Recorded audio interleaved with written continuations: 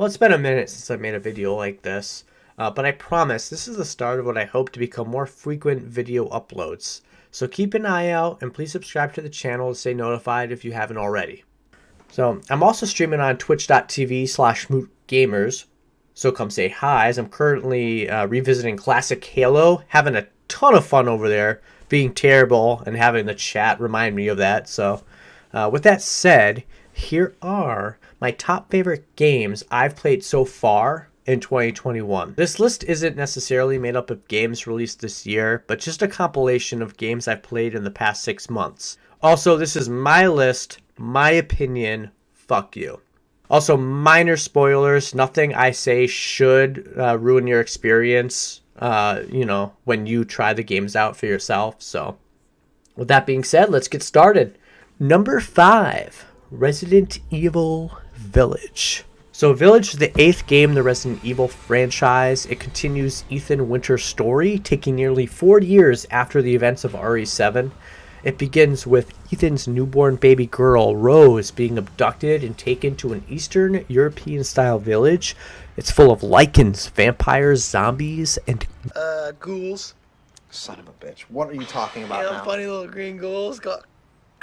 As any father would, Ethan heads into the village to recover and save his daughter, even if it costs him his, well, if you know, you know.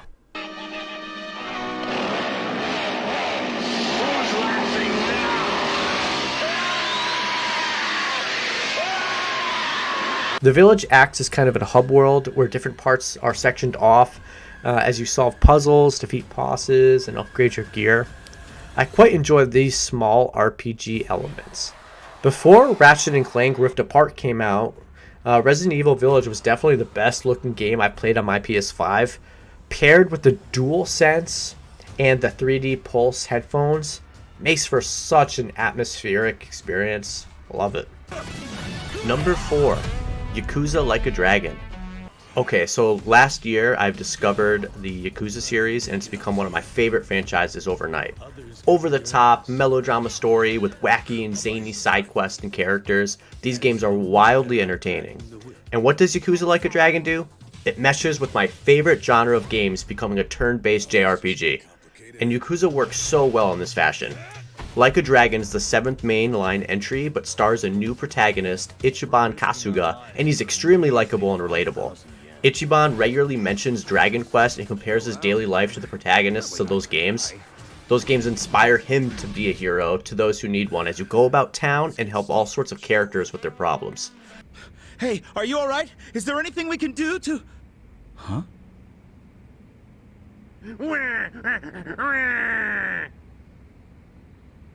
Oh, Susumu-chan, you're so needy. Okay, time for Baba.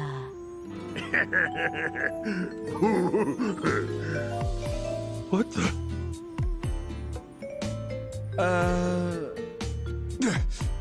You're the fuckers with the baby formula. This game is a great starting point for anyone who thought twice about trying a Yakuza title, or for anyone who just loves RPGs. Number 3. NieR Replicant version 1.2247448712 The first thing that comes to mind is the music. Damn, the soundtrack is something else. It's not often I find myself listening to video game music playlists, but when I do, it's the NieR soundtrack. So this game is a remake of sorts, but the narrative plays on a separate timeline from the original NieR that came out in 2010. In fact, the original NieR is an offshoot of another series of games, Drakengard, and takes place after one of the alternate endings from that title. You have my undivided attention.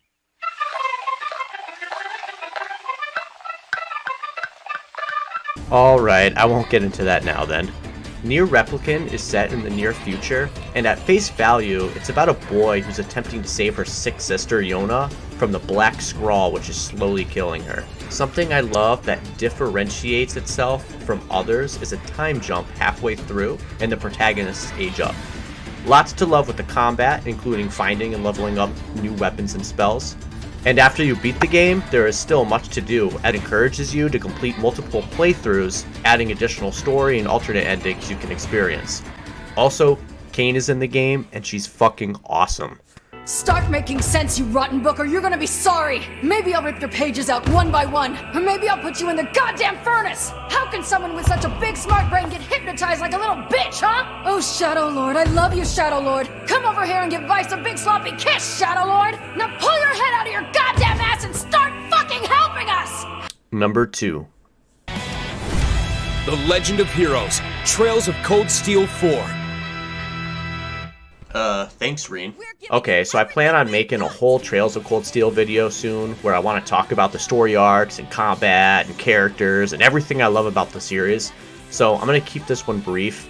Trails of Cold Steel is easily one of my favorite games of all time. The franchise as a whole has landed super fucking epic status with me. Basically, like the MCU of video games, the Trails series is a part of a larger shared universe of games called The Legend of Heroes. So cool. And Trails 4 happens to be the collation event where characters from all over the shared universe come together and interact with each other. It's awesome. JRPG fans should not miss this one, but beware, it takes hundreds of hours to get to this point. Each game picks up where the last one left, so starting with Trails 4 will get you all sorts of confused.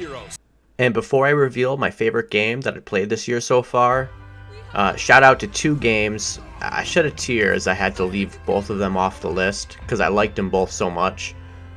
First one being Plague Tale Innocence, and the other one being Monster Hunter Rise. Maybe I'll talk about those 2 games more at some point. Number 1, baby! Mass Effect Legendary Edition.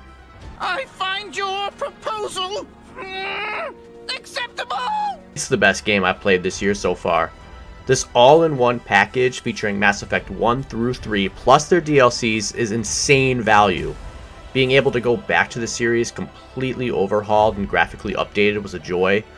You begin with customizing your character, Commander Shepard, in charge of their own spacecraft, the Normandy, and as you progress through the story, you add crew members that will tag along with you in battle, each having their own side missions to bond over with, and will perform whoopee with you if you say nice things to them. We both know you won't make it halfway to Vergon 6 before the craving sets in. Then you'll come crawling back for another taste of sweet, sweet candy. Bam. The writing is amazing, the characters are fully fleshed out. I just wish we had more BioWare games like this, and less like this. Yeesh. Yeah, this is freaky. Yeah, that's freaky. Anyway, that's the video, you guys. I hope you liked it. Let me know what games you've enjoyed this year so far in the comments below. And yeah, we'll see you guys later. Bye-bye. Well, I like it, Commander. It's good to see you cut loose now and then. Thank you for all your loyalty and support.